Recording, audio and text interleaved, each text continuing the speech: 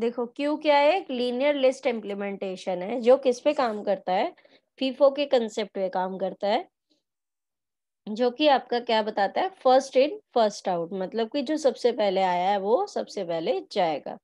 Where insertion takes place from the rear end and deletion takes place from the front end, मतलब कि deletion जो है वो आपकी कहाँ से होगी, फ्रंट से होगी, और इंसर्शन मतलब कोई आपको न्यू एलिमेंट इंसर्ट करना है तो वो कहाँ से होगा, रियर एंड, जो कि लास्ट होता है, मतलब क्यू का बैक एंड होता है, मतलब फ्रंट और बैक होता है ना, तो फ्रंट एंड से तो आपकी डिलीशन होगी, और जो आपकी इंसर्शन होगी किसी भी एलिमेंट की वो कहाँ से होगी, रियर एंड से।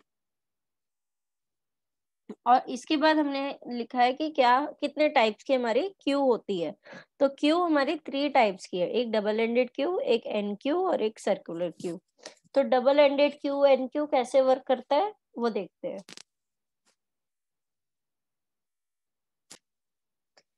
पहला है D Q.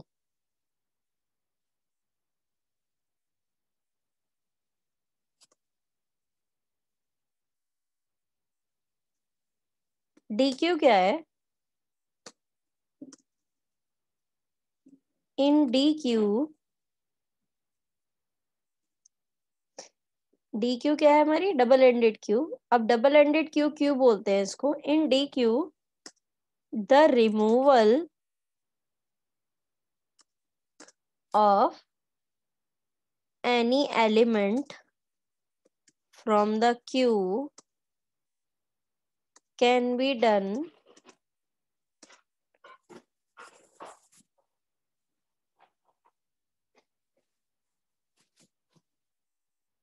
only from front end, which is at the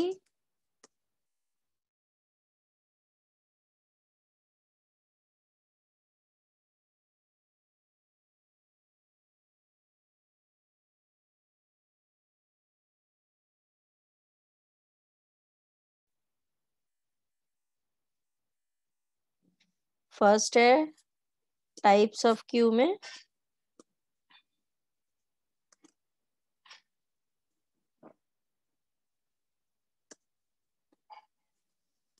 पहला है डी क्यू।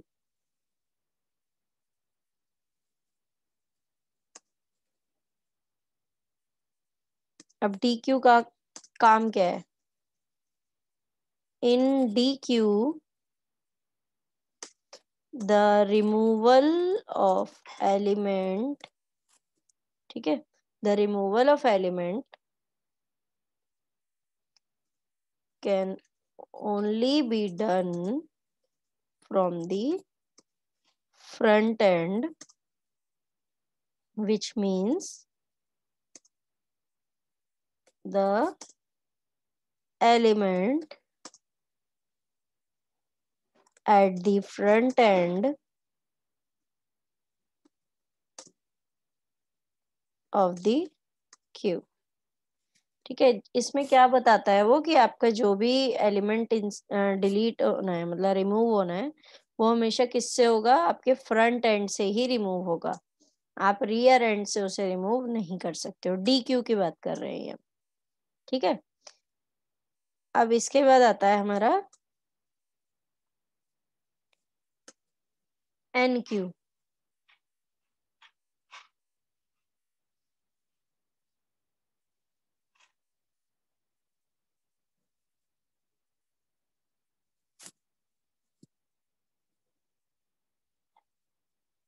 अब एन क्यू क्या कह रहा है,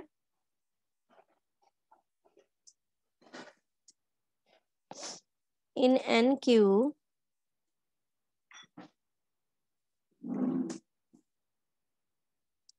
a new data element can only be added to the rear of the queue। the insertion of element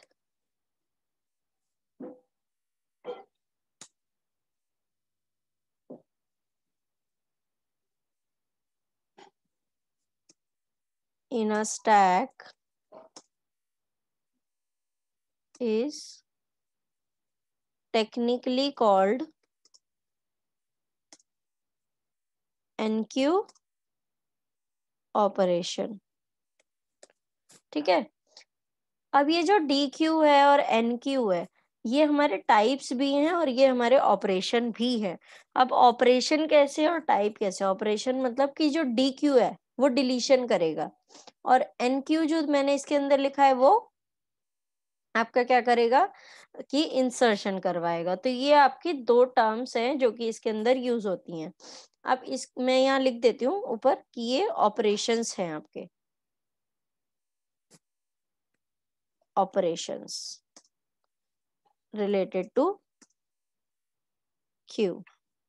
ठीक है, तो ये टाइप्स ऑफ क्यू हैं जो कि आपकी ऑपरेशंस की तरह वर्क करती है, जो आपके क्यू के ऑपरेशन है उसके लिए वर्क करती है। डी क्यू आपका डिलीट करेगा, एन क्यू आपका इंसर्ट करेगा। यहाँ पे कुछ और टर्म्स भी हैं जैसे पीक, ओवरफ्लो एंड अंडरफ्लो, तो मैं इसके बारे में बता देती हूँ आपको। देखो पीक क्या होती है? Overflow, underflow. ठीक है, पीक का मतलब है कि टॉप ऑफ द क्यू, कि उसका टॉप क्या है, top of the Q. Top of the Q बोल लो या फिर क्यू या फ्रंट ऑफ द क्यू बोल लो, कुछ भी बोल लो, बात एक ही है। टॉप हम इसलिए यूज नहीं कर सकते क्योंकि वो हम स्टैक के अंदर यूज करते हैं, टॉप और बॉटम, बट आप कह सकते हो overflow when the elements are the number of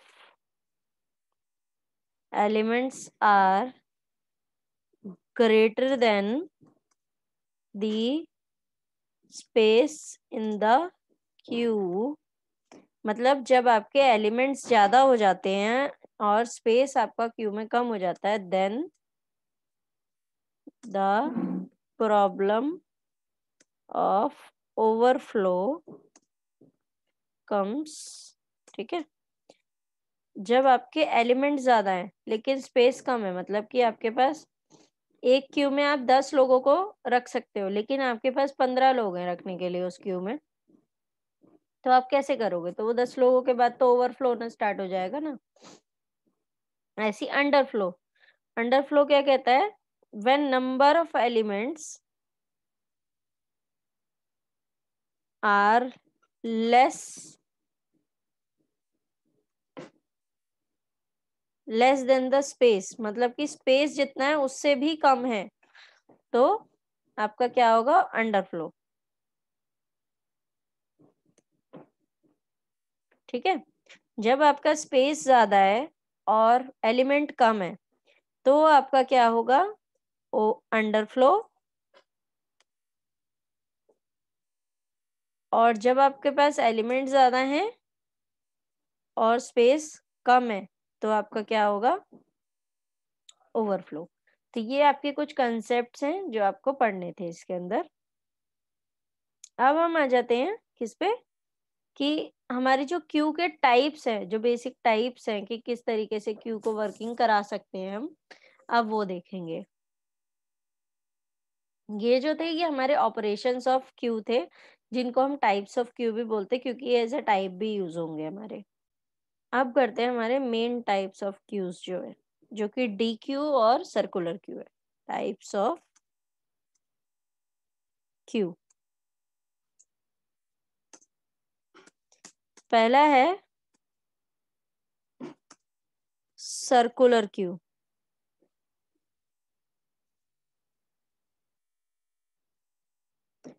वो बनाऊंगी डायग्राम, उसी से समझ में आ जाएगा। दूसरा है डी क्यू, ठीक है, जिसको हम बोलते हैं डबल एंडेड क्यू, जिसके दो एंड होते हैं। मींस कि जब हमारे पास सिंपल एक क्यू होती है तो हम फ्रंट एंड और रियर एंड का यूज करते हैं, लेकिन जब डबल एंडेड क्यू हो जाती है तो हम किसी को भी फ्रंट एंड यूज कर सकते हैं, किसी को भी रियर एंड यूज कर सकते हैं। मतलब कि इंसर्शन और डिलीशन दोनों जगह से हो सकती है, फ्रंट से भी और बैक से भी। तो अब सर्कुलर क्यू कैसा दिखता है, देखो।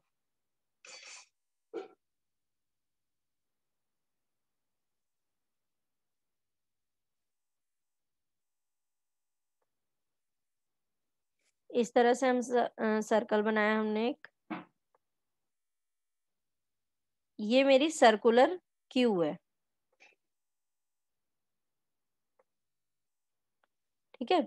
ये मेरी सर्कुलर क्यू है। अब इसमें क्यू में कैसे वर्किंग होगी और कैसे वर्किंग नहीं होगी, मतलब कि किस तरीके से आप इसमें प्रोसेस कर सकते हो, किस तरीके से नहीं कर सकते हो प्रोसेस।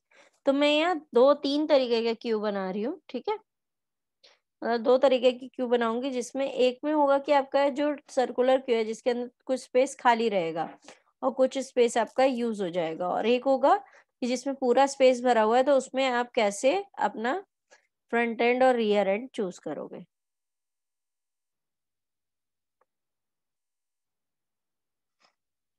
ये आपकी 2 क्यू हैं। अब मैं इस वाली क्यू को, जो पहली वाली क्यू है, मैंने क्या किया, इसको एक पार्ट में डिवाइड कर दिया, ठीक है। और इस वाले को मैंने क्या किया, ऐसे पार्ट्स में डिवाइड किया।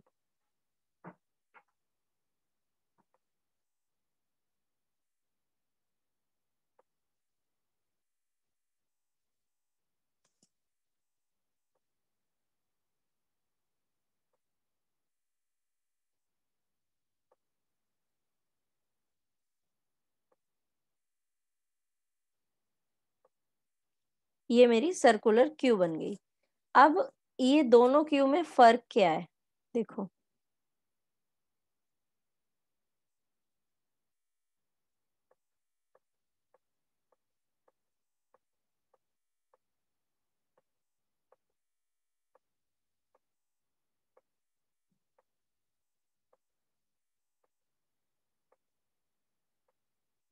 ठीक है, ये जिसमें मैंने डॉट बनाए, ये डॉट वाली मेरी क्या है, यूटिलाइज्ड स्पेस और ऑक्यूपाइड स्पेस, ठीक है।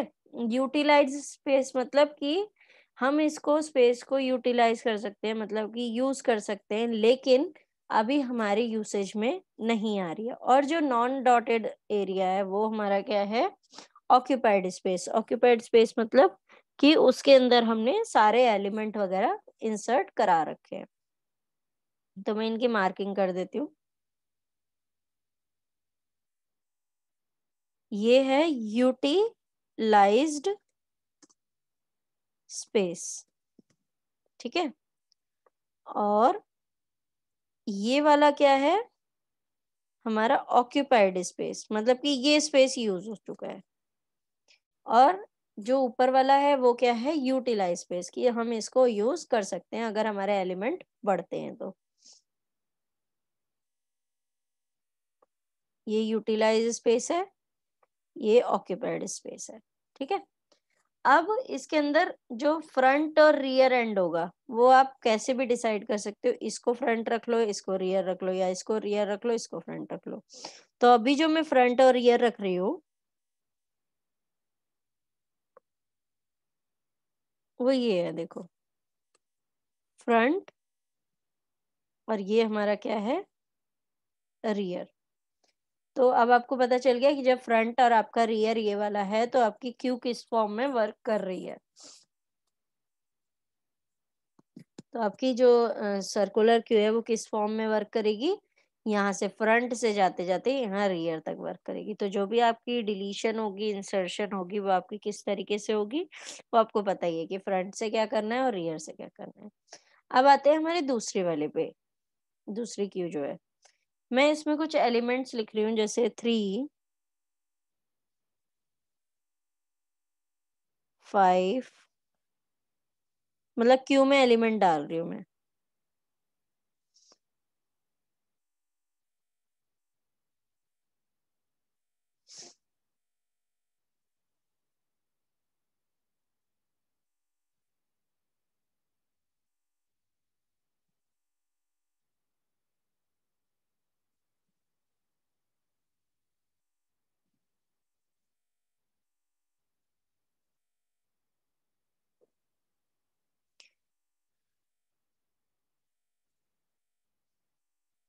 ये मैंने क्यू में एलिमेंट डाल दिया। अब इसमें फ्रंट और रियर कैसे डिसाइड करोगे? तो अब आप इसमें कहीं से भी फ्रंट, कहीं से भी रियर एंड जैसे हमने फर्स्ट वाले में किया है, उसमें सेकंड वाले में कर सकते हो। लेकिन आप उसको फिर इंडेक्स नंबर भी देना पड़ेगा आपको। मान लो मैंने फ्रंट दिया है किसको? इसे। फ्रंट दिया है मैंने 3 को, कि जो मेरा फ्रंट एंड है वो है 3, और मेरा रियर एंड क्या है? अच्छा, फ्रंट एंड यही आएगा और रियर एंड भी यही आएगा अगर हमने पूरी क्यू को फिल कर रखा है तो। तो मैं इसमें से कुछ एलिमेंट हटा देती हूँ। जैसे मैंने ये 12 हटा दिया और ये 7 हटा दिया, ठीक है? तो अब मैं क्या करूँगी? ये मेरा फ्रंट हो जाएगा और ये मेरा रियर एंड हो जाएगा, क्योंकि अगर मैं पूरे क्यू को फुल रखती तो मेरा फ्रंट और रियर एंड एक ही हो जाता। मतलब एक सर्कल जब है तो सर्कल जहाँ जाके ज्वाइन होगा तो उसका फ्रंट एंड और रियर एंड दोनों वही हो जाएगा। तो इसीलिए मैंने इसको थोड़ा सा ब्लैंक रखा है, और यही कंसेप्ट आपका ये फर्स्ट वाले डायग्राम में भी शो हो रहा है। तो क्योंकि उसमें भी यूटिलाइज स्पेस और ऑक्यूपाइड स्पेस है, तो यहाँ पे भी वही यूटिलाइज स्पेस और ऑक्यूपाइड स्पेस का कंसेप्ट आ जाता है। तो ये वाला जितना जो कंसेप्ट है, ये वाला जो है, ये वाला ये वाला जो एरिया है जिसमें मैं डॉट बना रही हूँ,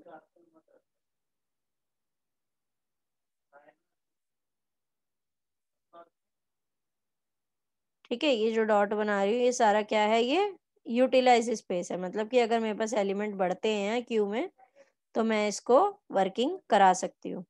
तो ये तो मेरा कंसेप्ट था किसका? सर्कुलर क्यू का, कि इसके अंदर भी आपका फ्रंट और रियर एंड होता है। अब इसके अंदर एक चीज और है कि आपको यहाँ पे ये देना पड़ेगा 0, इसका इंडेक्स नंबर जो मैंने बोला था 1।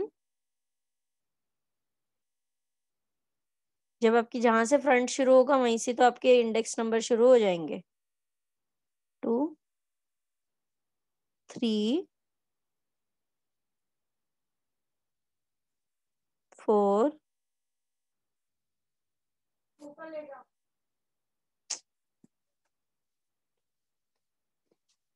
5 और ये 6।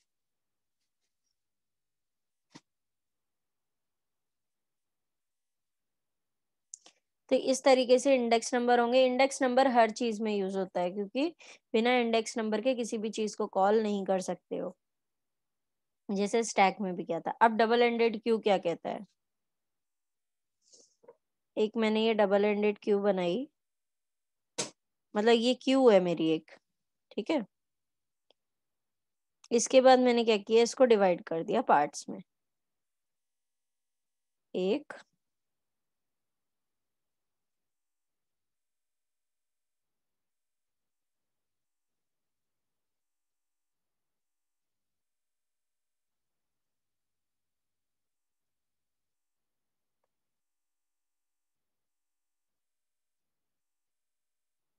ठीक है, ये मैंने अपने पार्ट्स में इसको डिवाइड कर दिया। अब इसमें मैं अपने एलिमेंट्स डाल देती हूँ। 45, 87,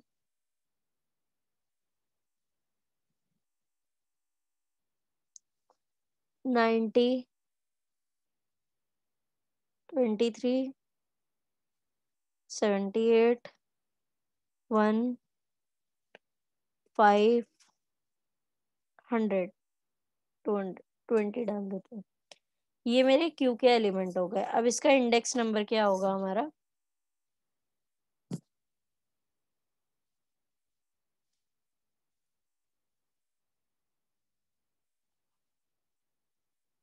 ये यहां से भी इंडेक्स नंबर शुरू होगा 0,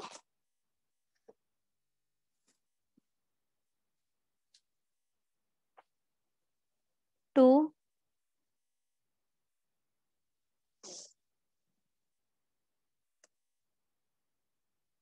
3, 4, 5, 6 और ये 7। ठीक है, टोटल 8 एलिमेंट। और हमारा इंडेक्स नंबर वहां से पीछे से भी स्टार्ट होगा, तो यहाँ आएगा 7, 6, 5, अच्छा ये माइनस में आएंगे, रुको। -1, -2, -3, -4, -5, -6, 7 और 8।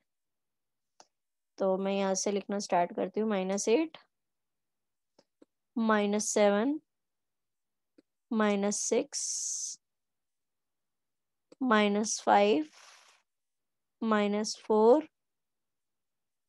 -3, -2 और -1, क्योंकि 0 तो आ चुका है ना, तो 0 दो बार नहीं ले सकते। तो इस तरीके से डबल एंडेड क्यू बन जाती है आपकी।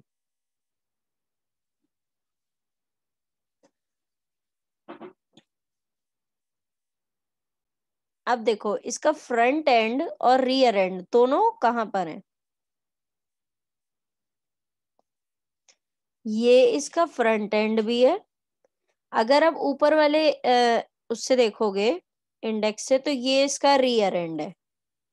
ठीक है, और ये इसका फ्रंट एंड है।